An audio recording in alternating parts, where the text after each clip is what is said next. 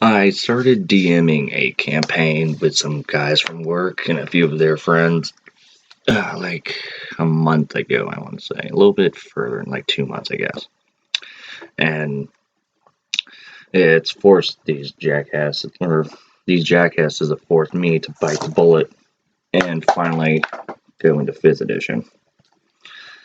And the reason why I haven't really bothered with 5th edition is because I went from 3.5 to Pathfinder, and I've stayed with Pathfinder for years and years now. And I skipped 4th edition, but I guess they mostly like 5th because of Critical Role, the web series D&D show, which uses 5th edition. And so they wanted to play, and they wanted me to DM because I'm the only person in their group that's played. And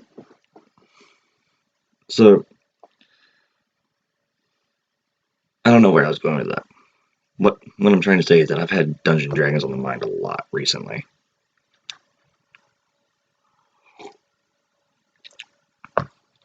Also because I'm kind of suffering a little bit of Warhammer burnout. It's not as prevalent on this channel because I just uploaded a video about Warhammer not too long ago, but it's neither here nor there.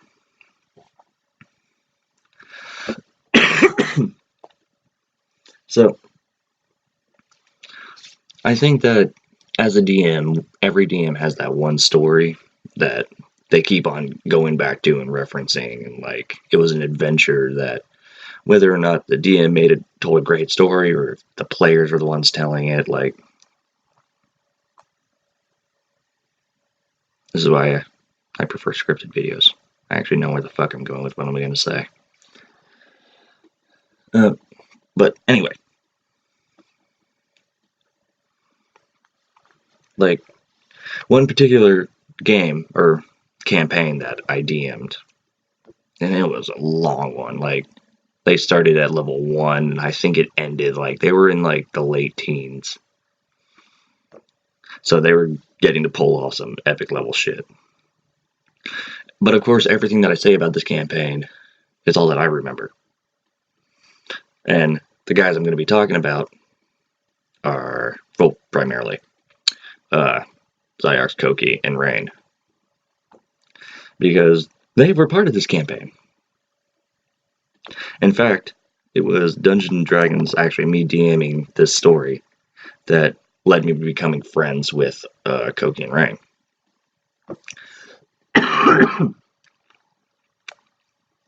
Me and Zyarx kind of sort of knew each other in high school, but I guess you could say that it was D&D that caused us to become good friends as well.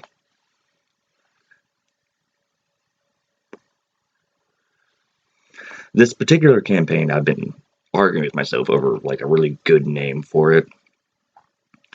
Of course, they like calling it the Inner Demons campaign because it's the name of their Xbox like clan. But I don't really think that. Well, yeah, sure, it's the Inner Demons campaign in the vein that members of Inner Demons were a part of it.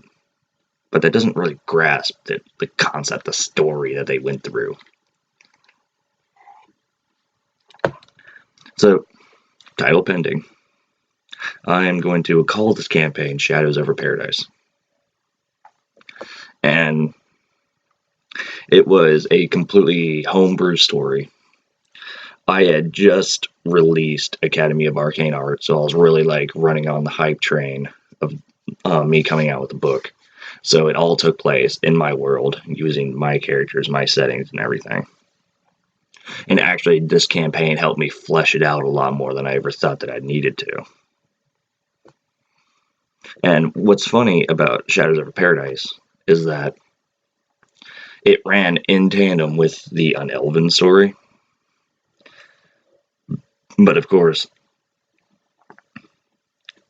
Zyarx, Koki, and Rain are assholes. So it was like, here's the timeline, and then here's Unelven, and then this is them. Like, completely alternate universe of all the crap that they got to do. And this is going to be multiple parts. Don't, like, when you look at the timestamp down there in that corner, and you're like, man, this is a really short story. No, this is one story in like an overarching fucking like epic saga.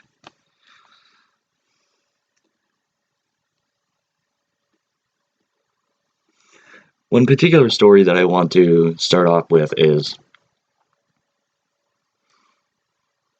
have you ever like, there's the meme where it's like something will happen and then it'll freeze frame and it'll zoom in on the person and it'll go, it was at this moment he realized he fucked up. Yeah, so I got to have that happen to me really early on in this campaign, the first encounter actually. And I learned the importance of wording yourself correctly. Because my players abuse the shit out of it. Alex, I'll tell you how.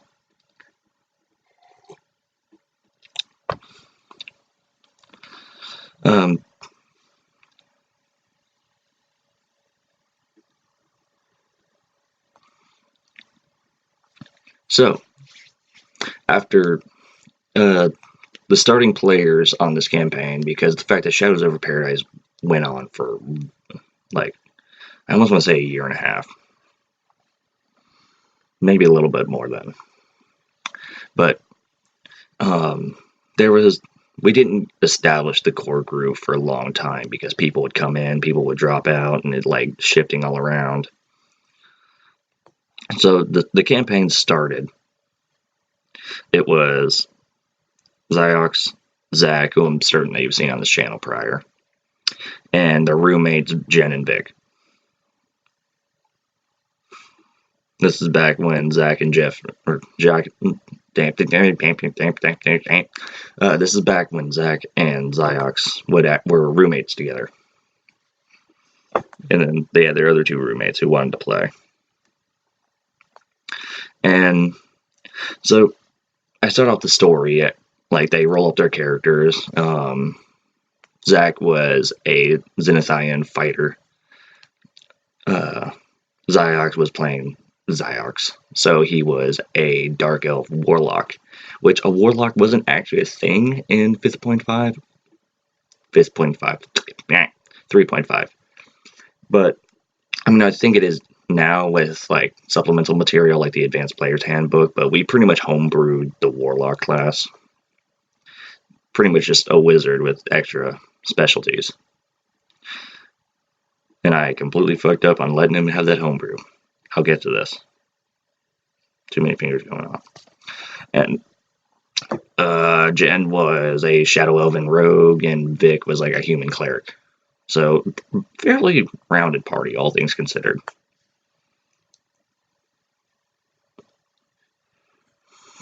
And I initiate the story saying that they four have been elected to join the prestigious guild, the Swords of Orion. So then they can get quests and go out and like kill the monster and come back and collect their bounty.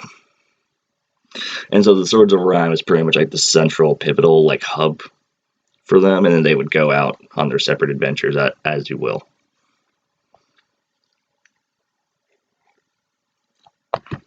And so I didn't allow them to actually like pre-buy their equipment because I feel like that takes way too long.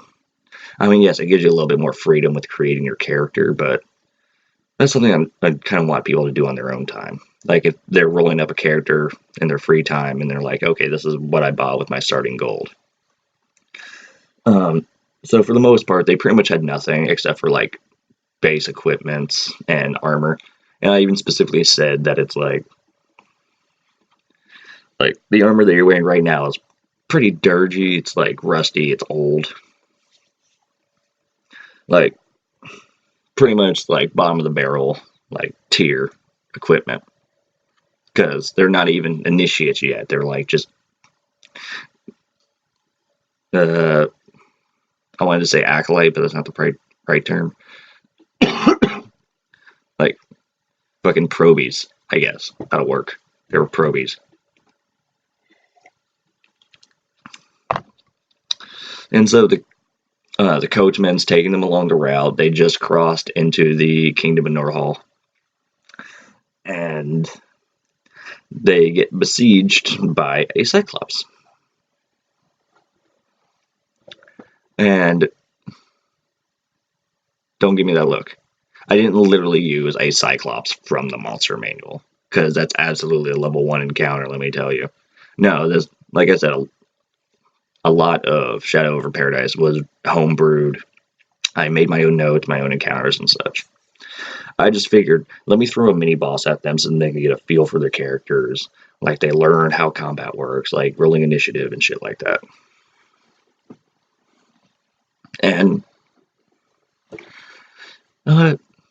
so they roll for initiative, they all hop out of the carriage, they ready their weapons, and they charge in to go and fight the Cyclops. And the fight's going pretty well. Like, Cyclops is swinging his club. I think I was rolling pretty badly. I might have gotten like 1 or 2 good hits on him, but I was only giving him like D6 plus 2 damage. So I wasn't like being truly threatening. Because it's the first level 1 encounter, the game just started. I'm not going to be that guy. Oh, it's a party of level 1 adventures. Let me throw a fucking Utiog at you. You know who you are. Well, during the fight, I forgot what happened. Oh, I might be remembering this wrong, but this is how I'm going to justify it. Oh, and by the way, Ziox Koki Rain, at any point where I'm telling these stories and I get something wrong, to tell me down in the comments. Okay, because you guys probably have better memory than I do.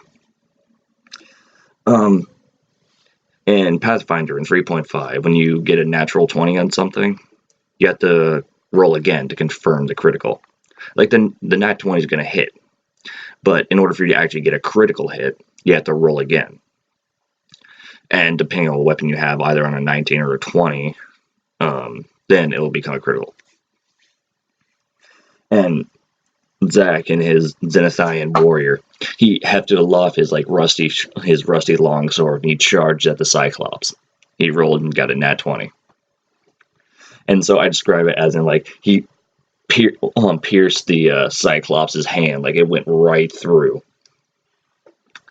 And then I'm like, all right, roll to confirm. Natural 1.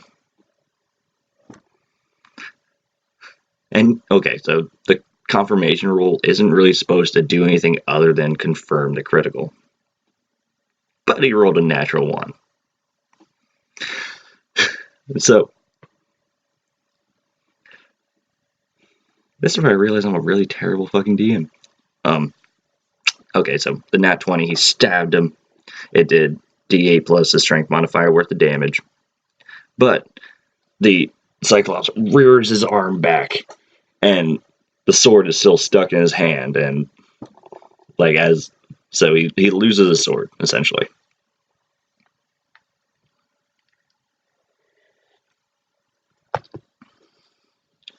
And everybody else does their initiative order. Jen's like stabbing him in the cankles. Vic's doing something. I don't really remember him doing much. I think he ran up and hit him with the mace because he forgot that a cleric's supposed to be a supportive healing class. I don't know. Maybe he was doing the whole war priest thing before that was even a thing. And Ziox is shooting magic missiles. Pew pew. Or was it Shadow Bolt? I think I homebrewed him a Shadow Bolt spell. I don't know about that. Ziox get back to me. And we get back around to Zach's turn. And he's disarmed. He doesn't have his weapon. And he's like, I'm just going to go running at him, just swinging my fists. I'm like, okay. Roll. He misses. Not a botch, just a miss. And so I describe it as in, you're going, ah! And like swinging your fist, and he runs completely underneath the legs of the Cyclops, and he just keeps running.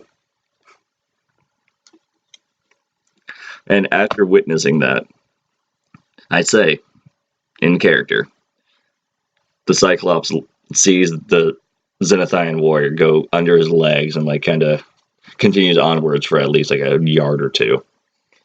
And after seeing that pathetic display, he face bombs. This is when I realized you have to word yourself precisely. Otherwise, your players Well, fuck you. Because, after I say, the Cyclops face palms in disgust. Ziox goes. He still has his sword in his hand. I'm like, yeah. Well, what was he face palming with? His club hand? Or the hand that has a sword stuck through it? And I'm like, fuck. So, when the Cyclops face palmed, he also stabbed himself in the eye with the sword that was stuck in his hand. And that was enough to kill him.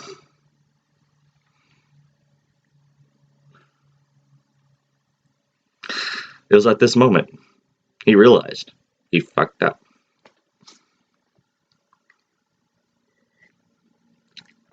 And so, like, I described this, like, rusty, like, iron fucking longsword.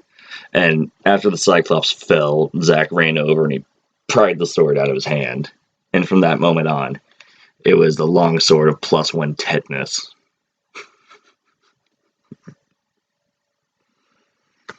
So yeah, that was literally the first encounter on this entire campaign.